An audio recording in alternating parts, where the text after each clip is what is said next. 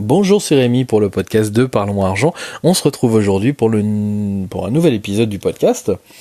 Je tenais d'ailleurs tout d'abord à m'excuser par rapport au son d'hier, au son du podcast d'hier qui était quand même assez désagréable à partir d'un certain moment. Je crois que c'est à peu près au premier tiers que ça a commencé un peu à déconner. En fait, le micro que j'utilise frottait un peu sur un de mes vêtements, ce qui fait que vous entendiez un peu un frottement.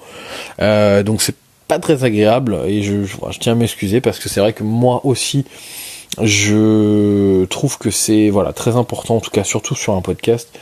Le son doit être vraiment impeccable, ou en tout cas la diction et qu'il n'y ait pas trop de bruit pour permettre à tout le monde de l'écouter dans les meilleures conditions, que ça soit dans les transports, en voiture ou autre. Donc voilà, je tiens à m'excuser pour hier. On va continuer aujourd'hui, comme je le disais hier, à propos des dividendes, puisque aujourd'hui on va parler en fait des différentes catégories d'actions à dividendes. Alors on a parlé hier en fait des dividendes aristocrates, donc il y a un petit peu la catégorie reine des dividendes, des actions à dividendes. Dividende aristocrate, donc pour rappeler ce que c'est exactement, donc le dividende aristocrate a été créé par la société Standard & Poor's, que vous avez sûrement entendu parler pendant la crise de 2007-2008, qui est donc une société de notation notamment, et qui a créé cette catégorie de dividende aristocrate. Donc il faut que la société fasse partie de cet indice américain, donc les 500 plus grandes entreprises américaines. Donc, au niveau de la capitalisation boursière. Donc là-dessus, pas de souci. Et que le dividende est augmenté sur les 25 dernières années. Donc que chaque année, l'entreprise a augmenté son dividende. D'accord ? Donc c'est plutôt conséquent déjà. Je pense que si on doit aujourd'hui se baser sur 25 ans d'historique d'une société, et qu'elle a augmenté sur ces 25 ans son dividende, ça prouve que, en tout cas, c'est inscrit dans ses gènes, c'est inscrit dans sa stratégie. C'est également le cas c'est le cas d'augmenter le dividende de manière constante dans la stratégie de l'entreprise. Voilà. Donc ça c'était important de le rappeler. Ensuite, vous avez une autre catégorie en Europe, toujours par Standard & Poor's. Donc là, on parle du marché européen. Il y a le S&P Europe 350, donc qui est exactement la même chose, exactement, pas tout à fait, mais qui est sensiblement la même chose, c'est-à-dire que c'est aussi un indice qui va prendre en compte les 350 plus grandes entreprises européennes cette fois. Donc c'est un indice qui est quand même plus jeune, qui date de 2005, à prendre en compte. Et là, cette fois, le critère pour être dans cette catégorie-là, donc dividende aristocrate européenne, pour le coup, c'est d'avoir augmenté le dividende pendant les 10 dernières années. Donc c'est effectivement beaucoup moins. Pourquoi ? Vous allez me dire et vous allez vous poser la question, mais c'est une très bonne question, parce que essentiellement en Europe, la culture du dividende est quand même vachement moins répandue. Donc les sociétés en font moins une priorité, ça c'est sûr. Aux États-Unis, c'est quelque chose de très très très répandu, et vous savez tous très bien que les Américains épargnent beaucoup en bourse, parce qu'ils n'ont pas, comme nous, une retraite, en tout cas leur retraite est un peu différente que la nôtre, et même beaucoup différente, ce qui fait que les Américains ont tendance à investir beaucoup plus dans les marchés financiers, et ils ont besoin évidemment de plus de sécurité aussi, puisque l'argent qu'ils investissent, c'est aussi pour plus tard pouvoir être tranquille et vivre à leur retraite. Donc ça fait partie un peu plus de leur culture. Et en Europe, c'est vrai que c'est beaucoup moins le cas. Donc le critère est seulement de 10 ans, donc ce qui fait que on peut quand même avoir un peu plus pas de crainte, mais on peut avoir un peu plus on peut se poser beaucoup plus de questions quand même sur les entreprises qui en font partie, parce que ça fait quand même moins longtemps que 10 ans. Si on prend 10 ans, vous voyez, ça remonte seulement à la dernière crise, et depuis la dernière crise, on sait que les marchés financiers n'ont fait que monter, ou quasiment que monter, ce qui fait que c'est pas représentatif d'une entreprise qui aurait vécu une crise, voire deux crises, comme c'est le cas si vous prenez 25 ans, où là vous avez au moins la crise de 2007-2008 et la crise en plus la crise de 2001, enfin la crise la bulle financière des entreprises high-tech, même si ça a été moins important en Europe, ça a quand même été le cas, et finalement, ça permet avec 25 ans de voir comment se comporte une entreprise qui augmente son dividende, même en temps de crise. Et vous pouvez voir que sur une entreprise qui fait partie du dividende aristocrate américain, donc lié au S&P 500, si l'entreprise augmente son dividende même en temps de crise, c'est que ça fait vraiment partie de sa stratégie et surtout de sa philosophie, quoi. Ça, c'est très très important à prendre en compte. Vous devez vous poser la question, évidemment, si on a exactement la même chose en France, mais c'est pas le cas du tout. Il n'y a pas de catégorie de dividendes, d'actions à dividendes en France, parce que vous aurez très facilement compris que il n'y a pas assez aussi d'entreprises qui pourraient en faire partie. Malgré tout, si on se fixe quelques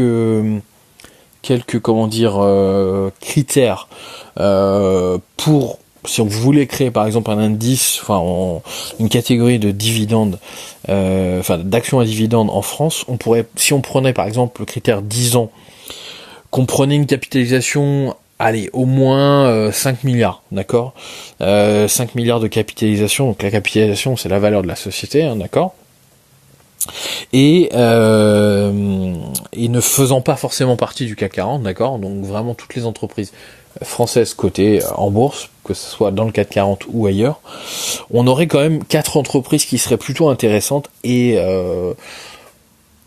ça mérite vraiment de regarder et d'approfondir.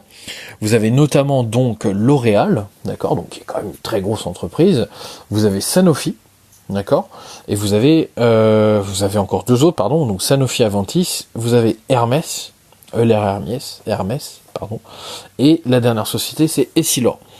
Voilà, donc 4 entreprises françaises qui font partie de ce critère-là. Si je dois respecter 3 critères, donc les 5 milliards de capitalisation, les 10 ans d'augmentation du dividende, d'accord, et ne faisant pas forcément partie du CAC 40. Voilà.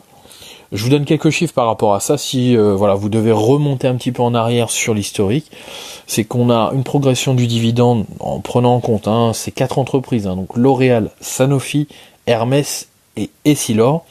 On a une augmentation sur 5 ans du dividende de ces entreprises en moyenne de 9,53%. On a une augmentation sur 10 ans également de ces entreprises du dividende de 10,68%. Donc c'est quand même plutôt très intéressant, vous voyez. Donc en 10 ans, ils auront augmenté effectivement de plus 10,68% le dividende. Voilà.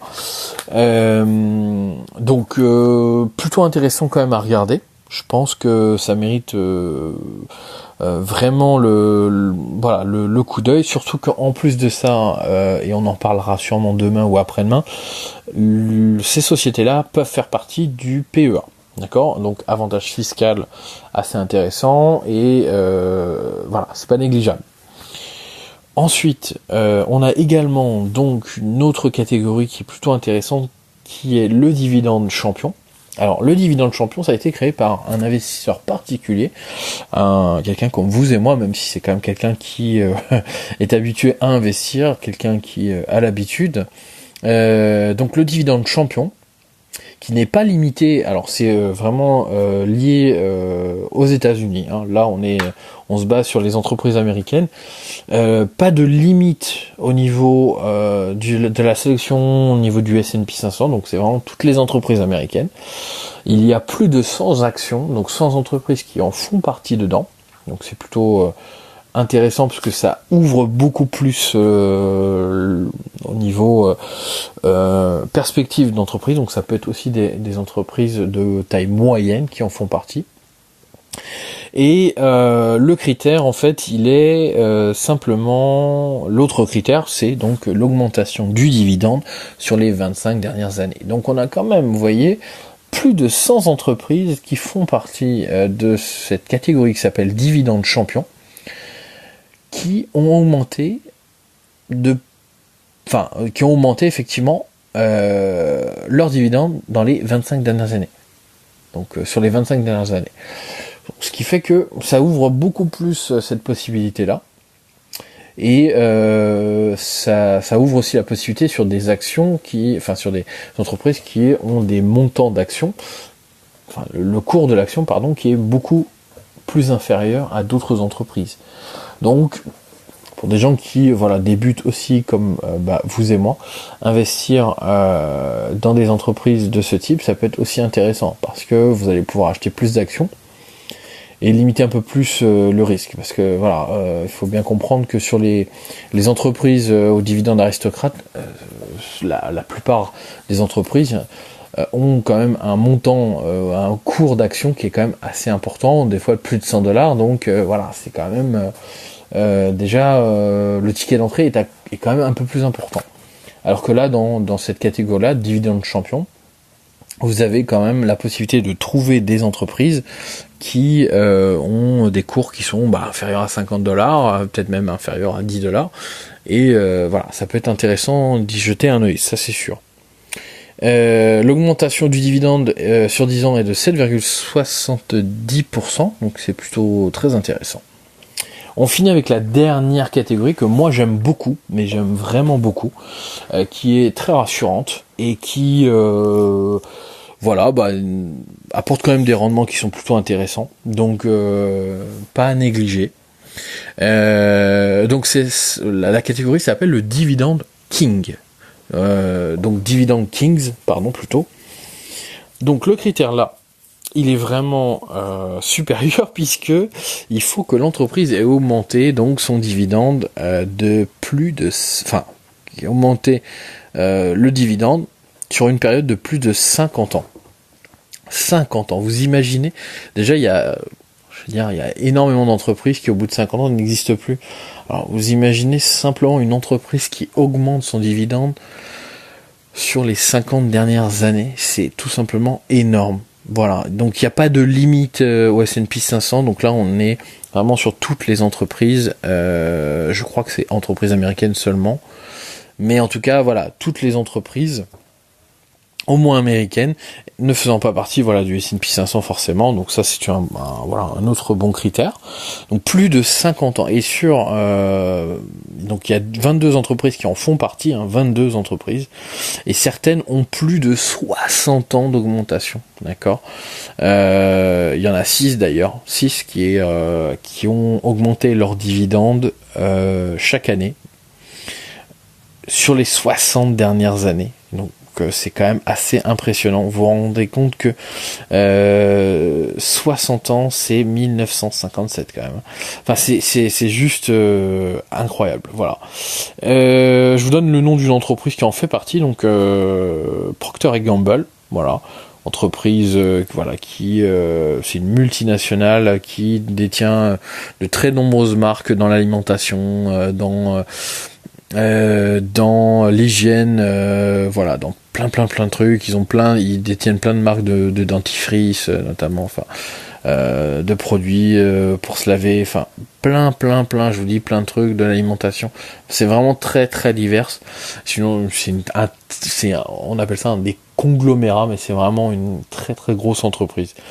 Et donc c'est une entreprise américaine, et elle a augmenté donc son dividende chaque année, elle a augmenté son dividende sur les 61 dernières années. Vous vous rendez compte ? 61 dernières années, c'est incroyable. Donc voilà, et autant vous dire que là, l'entreprise, elle a vraiment ça dans ses gènes, elle a vraiment ça dans son cœur de stratégie. Ça fait partie de ça, tout est tourné vers ça, enfin peut-être pas tout, mais en tout cas une bonne partie de l'objectif est aussi tourné vers la fidélisation de ses actionnaires et l'augmentation du dividende chaque année. Et vous pouvez évidemment bien imaginer que le cours de Procter & Gamble n'a pas toujours été à la hausse, qu'il y a eu des périodes plus creuses, qu'il y a eu des périodes plus difficiles, qu'il y a eu plusieurs crises, puisque on se rend compte que c'est quand même depuis 1956 pour le coup, pour elle. qu'elle a augmenté son dividende, et entre-temps, il y a eu beaucoup de crises, et elle a quand même augmenté le dividende chaque année. Donc c'est plutôt très très très important. Donc ça, c'est une catégorie qui s'appelle Dividend Kings, comme je le disais. Donc toutes ces catégories-là, vous avez juste à taper le nom sur Google, vous allez trouver la liste sur différents sites, vous allez voir, c'est des choses qui sont très courantes. Donc je répète, hein, on a le Dividend Kings, que je viens de parler, vous avez le Dividend Champions, juste avant, que j'ai parlé aussi, qui a été créé par David Fish. On a le dividende aristocrate Europe, hein, donc lié au S&P Europe 350, et vous avez le dividende aristocrate US, hein, lié au S&P 500 US, voilà. Donc quelque chose de plutôt intéressant. Alors vous avez d'autres catégories de dividendes, enfin d'actions à dividendes donc je parlerai pas aujourd'hui pour plusieurs raisons, notamment parce que les critères me semblent pas assez appropriés à l'objectif de devenir rentier, ils sont beaucoup plus risqués. Enfin, de mon propre avis, alors notamment, je vous donne quand même les noms, mais c'est vrai que vous avez le Dividend Contender qui lui prend seulement 10 ans, donc entreprise américaine, mais seulement l'augmentation du dividende sur les 10 dernières années, et le Dividend Challengers sur les 5 dernières années.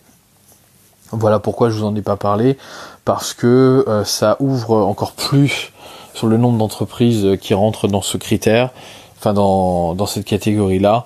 Je trouve que voilà, c'est pas assez pour en tout cas stabiliser et avoir un portefeuille fiable, même si on peut trouver des entreprises qui pour le moment font partie de cette catégorie-là, qui viendront peut-être un jour dans les autres catégories.